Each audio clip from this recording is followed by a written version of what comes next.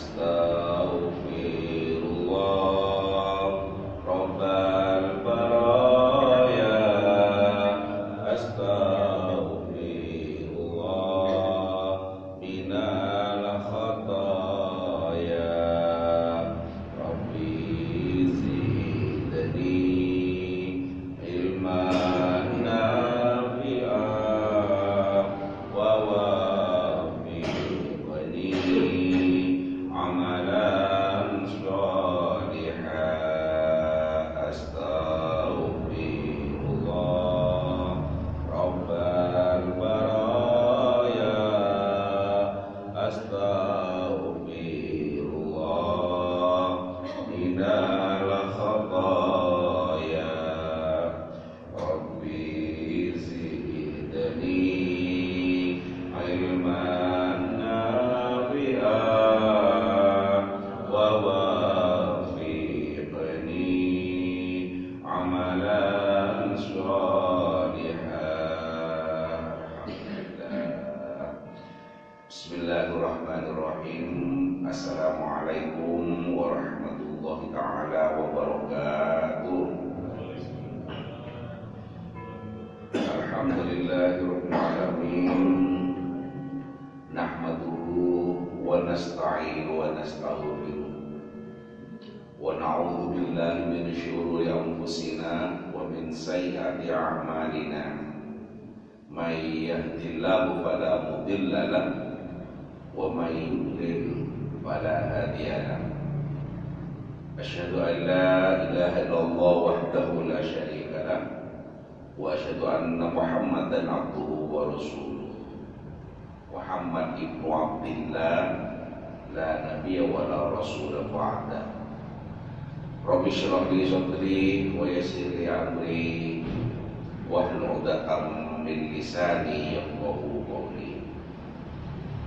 Ibu bapak hadirin sekalian yang dirahmati Allah, alhamdulillah kita sepatutnya bersyukur kepada Allah Subhanahu wa taala karena Allah masih berkenan memberikan banyak-banyak kenikmatan kepada kita semua. Nikmat iman dan nikmat Islam, nikmat sehat, nikmat umur, nikmat berupa kesempatan yang alhamdulillah semua nikmat itu kita gunakan pada hal-hal yang baik, yang salah satunya pagi ini kita gunakan untuk menimba ilmu, ngaji bersama-sama tentang dawai-dawai Rasulullah atau tentang hadis Nabi Muhammad SAW. Mudah-mudahan kehadiran kita ini dicatat oleh Allah sebagai amal soleh. Amin Allahumma amin. Ngaji kita pagi ini berada di bulan Maulid. Perayaannya sudah beberapa hari yang lalu, pas tanggal 12 Rabiul Awalnya. Tetapi bulannya kita masih berada di bulan Maulid.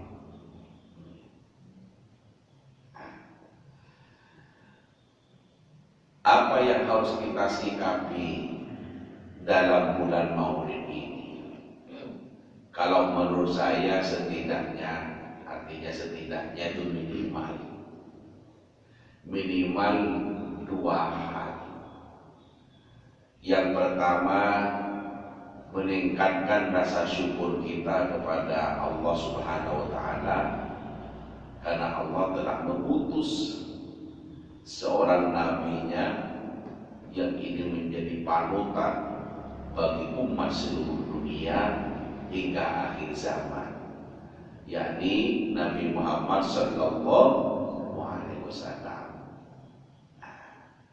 Karena beliaulah pula kita bisa mengenal mana yang benar dan mana yang salah, mana yang hak dan mana yang batil. Itu Beliau adalah lahir di bulan ini, yakni bulan Rabiul Awal. Orang Jawa menyebut bulan Mulud.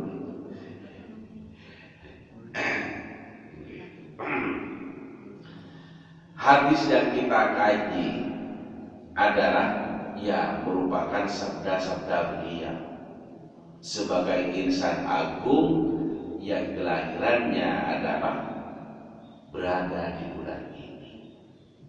Kita kita meningkatkan rasa syukur kita atas kelahiran beliau. Caranya monggo bermacam-macam. Bisa dengan memperbanyak sholawat, bisa dengan cara memperingati maulid, mengundang orang lain, bisa juga dengan cara yang lain yang positif, yang intinya bisa meningkatkan kecintaan kita kepada Rasulullah Sallallahu Alaihi Wasallam serta mengamalkan ajaran-ajarannya. Itu yang penting. Kemudian yang kedua adalah meningkatkan rasa cinta kita kepada Rasulullah dengan cara mengikuti ajaran-ajarannya serta meninggalkan larangan-larangannya. Dua hal ini, rasa syukur dan rasa cinta kepada Rasulullah, ini adalah patut kita kedepankan dalam rangka memperingati bulan lahirnya Nabi Muhammad Sallallahu Alaihi Wasallam. Ibu bapak hadirin sekalian yang saya hormati, kajian kita pagi ini masih tentang keutamaannya berbuat baik kepada teman-teman, berbuat baik kepada temannya orang tua, temannya ibu, bapak, para kerabat, serta memuliakannya kepada orang lain. Ini adalah bab tentang memperbaiki hubungan, memperbaiki sikap atau akhlak kita. Monggo kita mulai. Bismillahirrahmanirrahim. Wa an Abi Usaid bidhammil hamzah wa fathis sin, dengan hamzah berharkat dhammah, jadi bukan a tapi u, wa fathis sin, dan sin yang berharkat fathah, berarti Usaidin. Wa an Abi Usaidin Malik ibn Rabi'ah As-Sa'idi radhiyallahu anhu qala, dari Abu Usaid Malik bin Rabi'ah As-Sa'idi, semoga Allah ridha kepadanya, qala, beliau berkata. Apa kata beliau?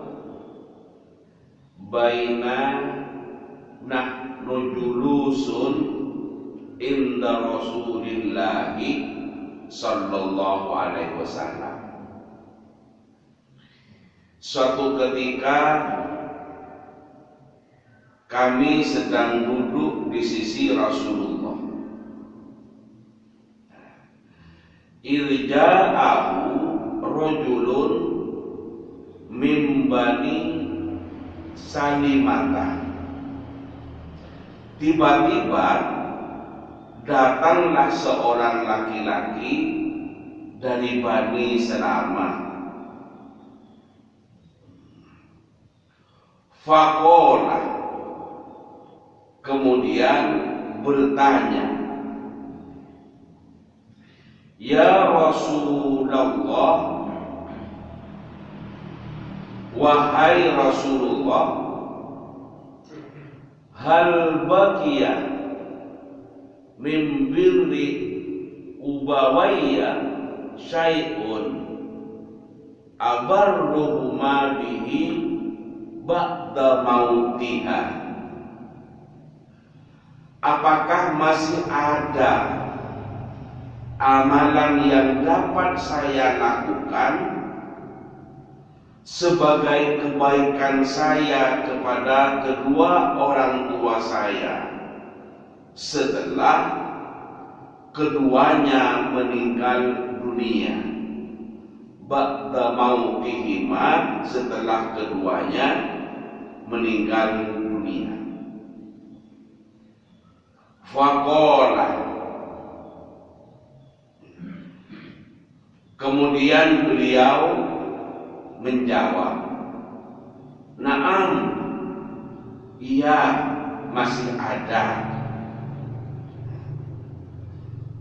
As-sholatu alaihima, nomor 1 yaitu mensolati atau mendoakan alaihima pada keduanya. Sholat itu bisa bermakna doa, sholat itu bisa bermakna ya sholat itu sendiri. Kalau sholat bermakna doa, berarti ya mendoakan kedua orang tua. Sholat itu juga bisa bermakna sholat, berarti mensolati ketika beliau kedua orang tua itu adalah wafat. Ya, maksudnya sholat jenazah. Orang lain banyak yang mensolati, itu bagus. Tetapi yang harus dan yang utama itu adalah ya anak-anaknya. Maka yang lain itu adalah sholat, karena itu juga termasuk fardu kifayah. Oke, saya lanjutkan dulu. As-sholatu alaihima wal istighfaru lahuma.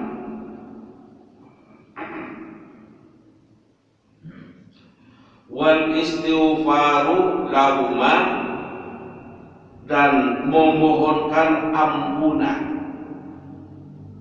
Istighfar itu kan minta ampun. Kalau istighfar lahuma, memohonkan ampunan pada keduanya, dan memohonkan pengampunan bagi mereka berdua atau pada keduanya, yakni kedua orang tua itu. Wa inqadhu ahdihima, dan melaksanakan janji kedua orang tua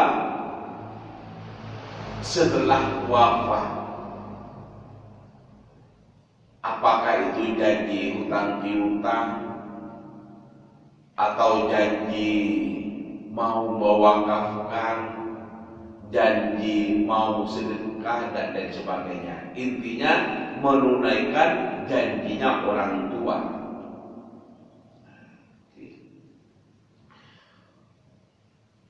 Wasilatur rahimi allati la tusulu illa bihima wa ikramu sadiqihima, dan menghubungi keluarga yang tidak dapat dihubungi kecuali dengan keduanya, wa ikrahima, dan memuliakan kenalan baik dari mereka, kenalan baik dari orang tua, maksudnya teman-temannya orang tua. Rawahu Abu Daud, meriwayatkan hadis ini adalah Imam Abu Daud. Ibu bapak hadirin sekalian yang saya hormati, hadis ini adalah menyebutkan bahwa satu ketika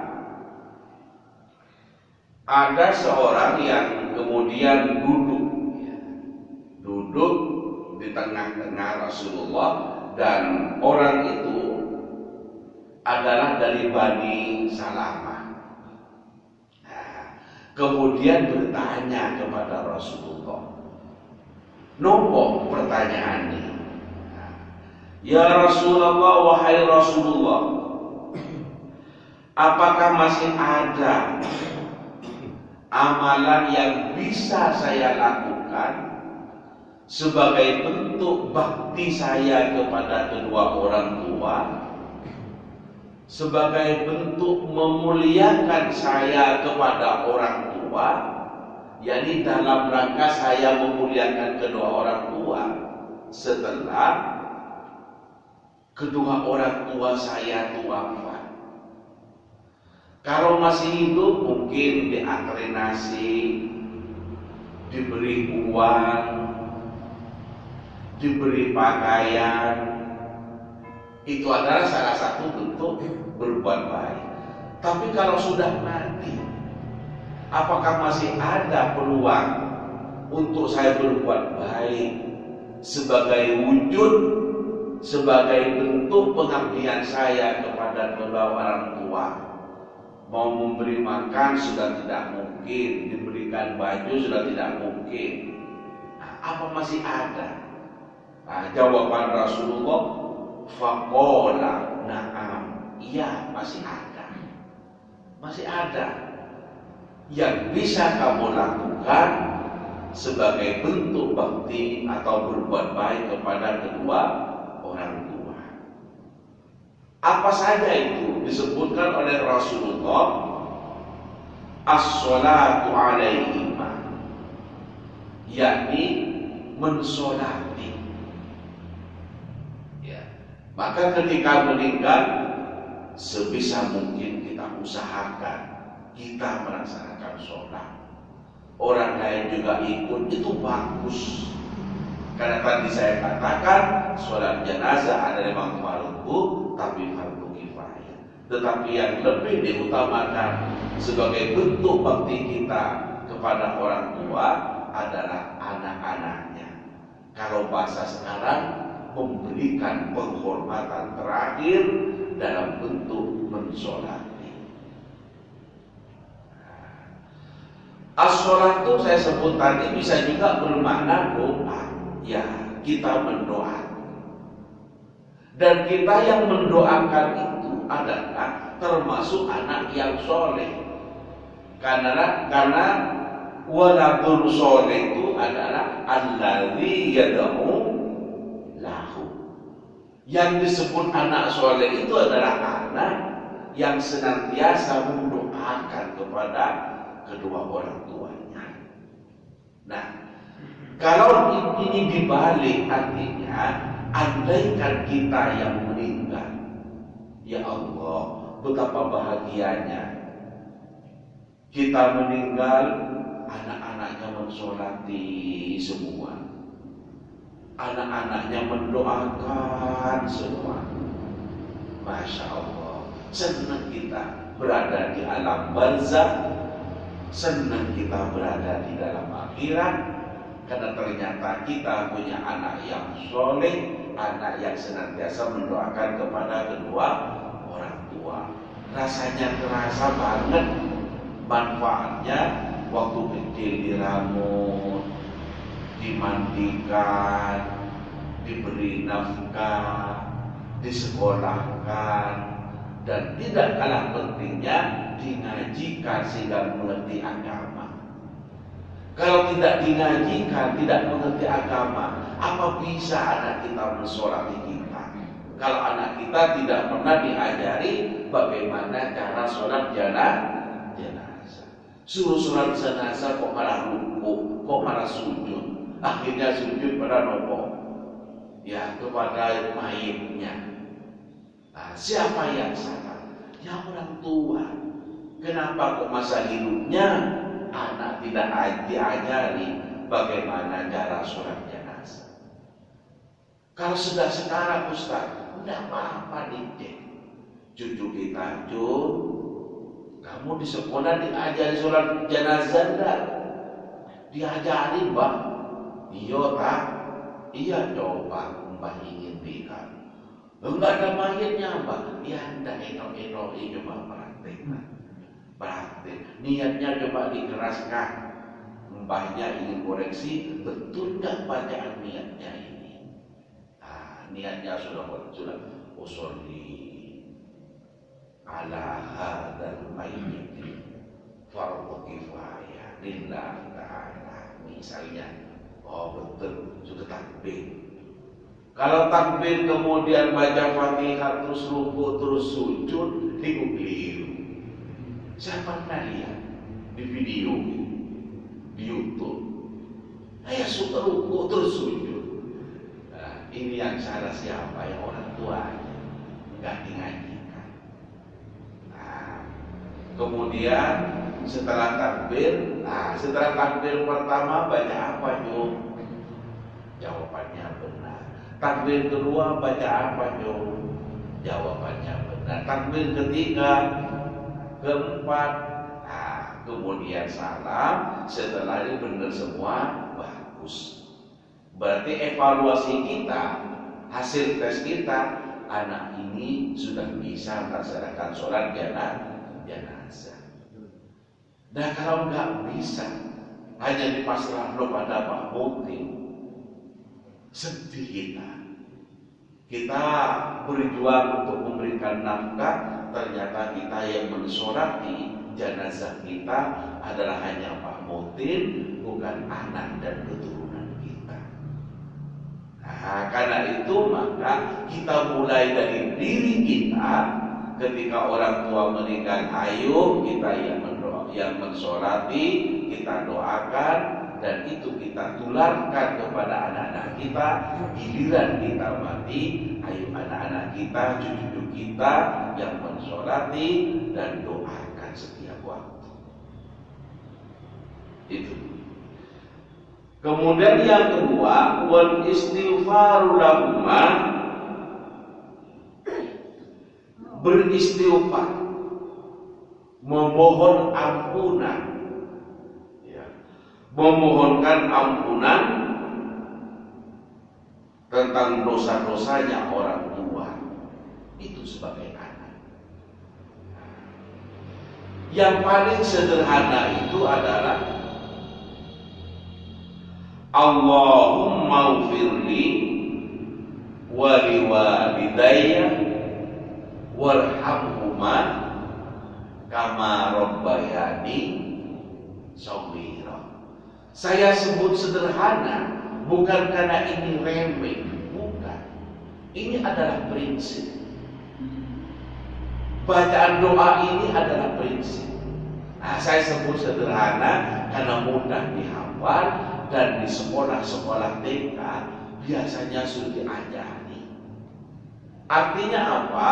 Kurikulum pendidikan kita itu sudah dibentuk bahwa mendoakan orang tua perlu dibiasakan kepada anak sejak dini. Karena itu maka kurikulum ini, pelajaran ini sudah diajarkan sejak TK. Di sekolah pasti diajar. Tetapi kontrol dari orang tua penting. Contohnya seperti kalau sudah nyampe di rumah, adik sudah pulang sekolah, sudah Mbak, hebat, sudah bisa doa pada orang tua belum? Sudah nyoba Mbak ingin dengar. Bismillahirrahmanirrahim. Allahumma ufirli wa liwalidayya warhamhuma kama rabbayani shaghira. Oh, bagus. Ada juga anak itu yang malah kacang. Suruh doa itu Allahumma jannibna wa jannibis syaitan. Karena katanya bapak dan ibunya kalau dia sudah mau tidur selalu baca itu. Ini kacau. Yang ditangkap oleh anak adalah malah yang lain. Jadi dicek agar kemampuan anak, dicek benar atau enggak. Doa yang saya sebutkan tadi, yakni Allahumma firli wali walidayya dan seterusnya, itu adalah isinya memohonkan ampun. Dia mohon ampun untuk dirinya sendiri dan memohonkan ampun kedua orang tuanya. Allahumma firli, Allahumma tu Gusti, wahai Allah, ighfirli, ampunilah kami. Wali walidayya, dan kedua orang tua kami. Warhamhuma, dan sayangilah kedua orang tua kami. Kama rabbayani shaghira, sebagaimana orang tua kami menyayangi kami pada masa-masa kecil. Ya dipangku, ya digium, itu kan sebagai bentuk kasih sayang. Maka anak memohonkan kepada Allah agar Allah menyayangi kedua orang tuanya itu.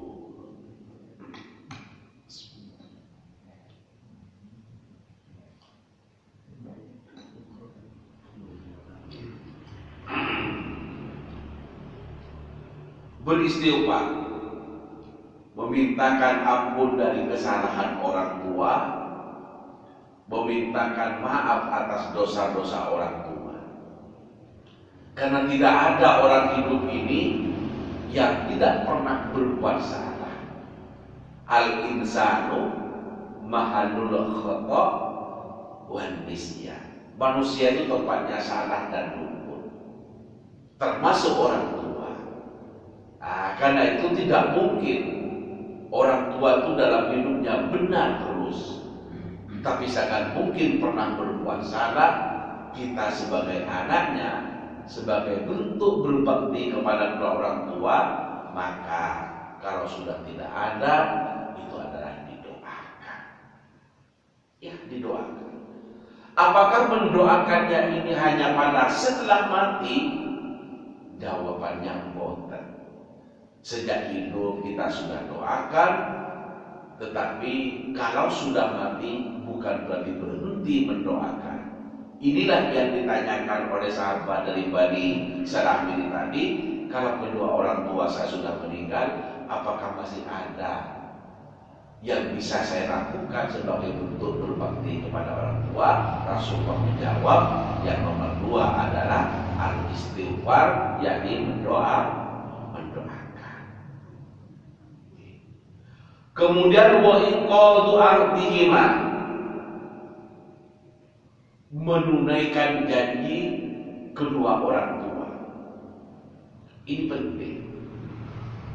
Nah, makanya kalau jenazah sudah mau berangkat ke kuburan itu, biasanya Pak Mukti atau siapa saja yang sambutan atas nama keluarga itu biasanya menanyakan, barangkali almarhum ini kalau laki-laki, barangkali almarhumah ini kalau perempuan, pada masa hidupnya punya hutang piutang atau punya janji yang belum tertunaikan, monggo bisa menghubungi keluarga jenazah, keluarga yang meninggal ini, bisa anaknya, atau kalau anak bisa orang tuanya, kalau istri bisa suaminya, kalau suami bisa menghubungi istrinya dan seterusnya. Itu maksudnya adalah untuk menunaikan janji. Hutang itu juga termasuk janji. Janji mau bayar hutang. Orang pinjam itu kan dalam tertulis atau tidak tertulis, itu kan berjanji mau nyaur.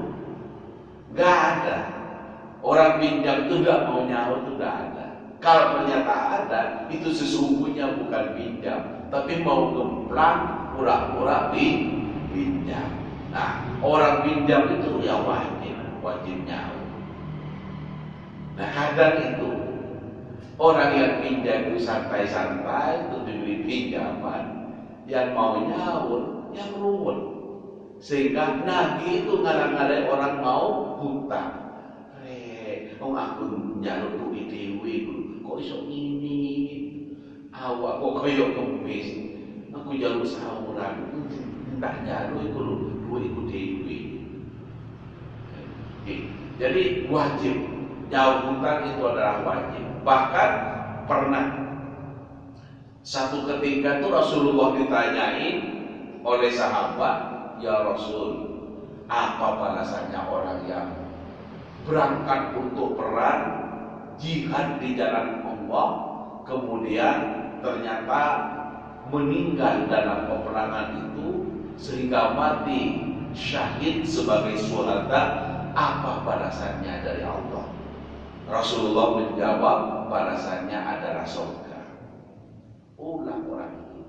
Nyampe di pagar dipanggil lagi oleh Rasulullah. Ya pulang, wahai si pulang tuh balik. Nah, setelah balik Rasulullah mengatakan kecuali orang yang punya hutang.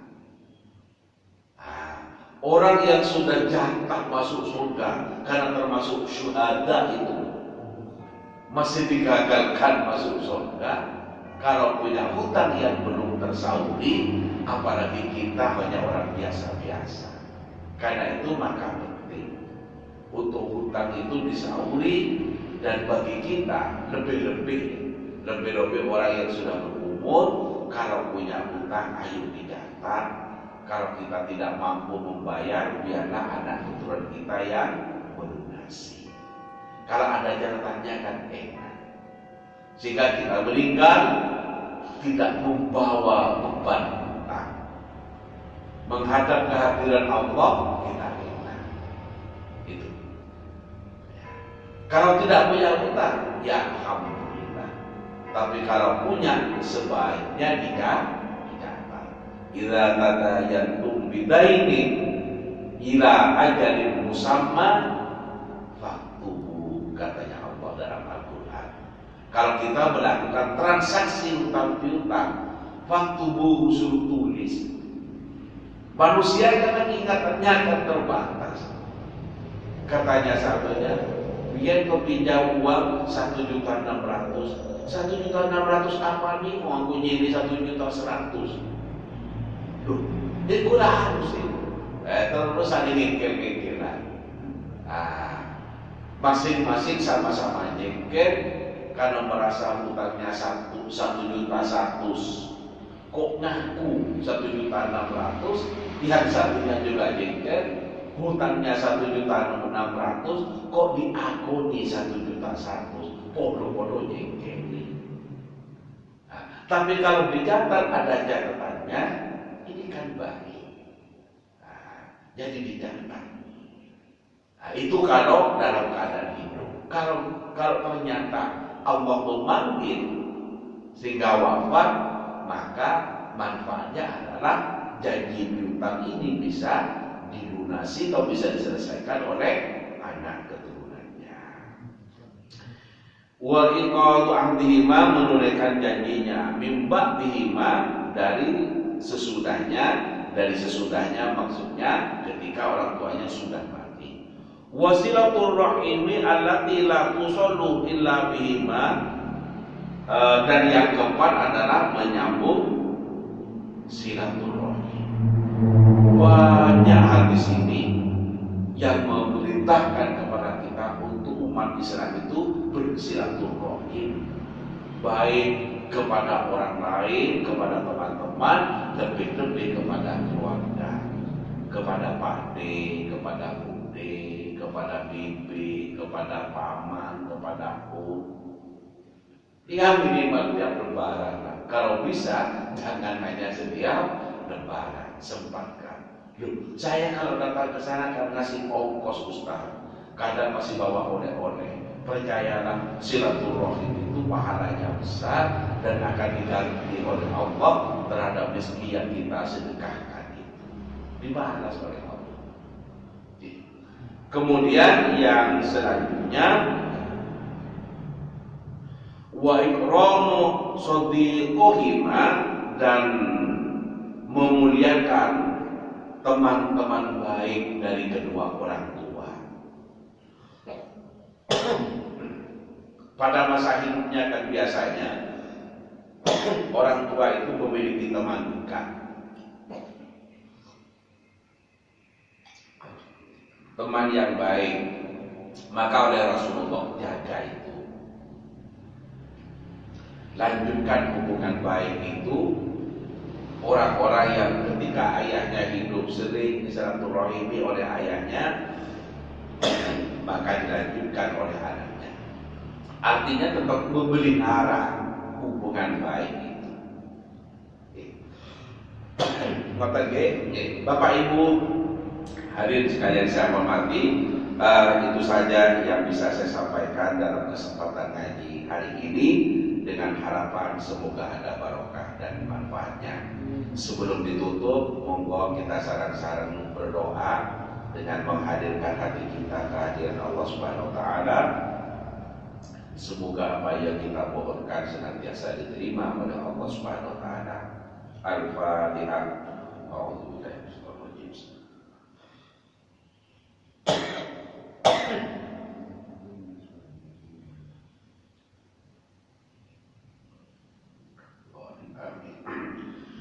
Bismillahirrahmanirrahim. Alhamdulillahirabbil alamin. Hamdan na'imin hamdan syakirin hamdan yuwafi ni'amahu wa yukafi mazidah. Rabbana lakal hamdu kama yanbaghi li jalalikal karim wa 'azimi sultanik. Allahumma shalli ala sayyidina Muhammadin wa ala alihi washabbihi ajma'in. Alhamdulillahirabbil alamin. Allahumma awlina bil ilmi wa zayyinna bil hilmi wa qina bit taqwa wa jannibna bil 'afwi wa tawaffana bi husnil khatimah. Allahumma rabbana anzil 'alaina ma'idatan minas sama' takunu lana 'inda awwalina wa akhirina wa tamina wa rizqna wa takhir raziqin. Allahumma inna nas'aluka al-huda wa tuqa wa al-'afwa wal ghina. Allahumma inna nas'aluka al-taqwa wal jannah wa na'udzu bika min sakhatika wan nar wa dakhilil jannata ma'al abrar ya aziz ya rabbal ya rabbal alamin. Rabbana hab lana min azwajina wa dhurriyyatina qurrata a'yun waj'alna lil muttaqina imama. Rabbana atina fid dunya hasanah wa fil akhirati hasanah wa qina adzaban nar. Subhana rabbika rabbil izzati amma yasifun, salamun alal mursalin, walhamdulillahi rabbil alamin. Qadana Allahu wa iyyakum ajma'in ila siratal mustaqim. Wallahu muwaffiq ila aqwamit thoriq. Assalamualaikum warahmatullahi wabarakatuh.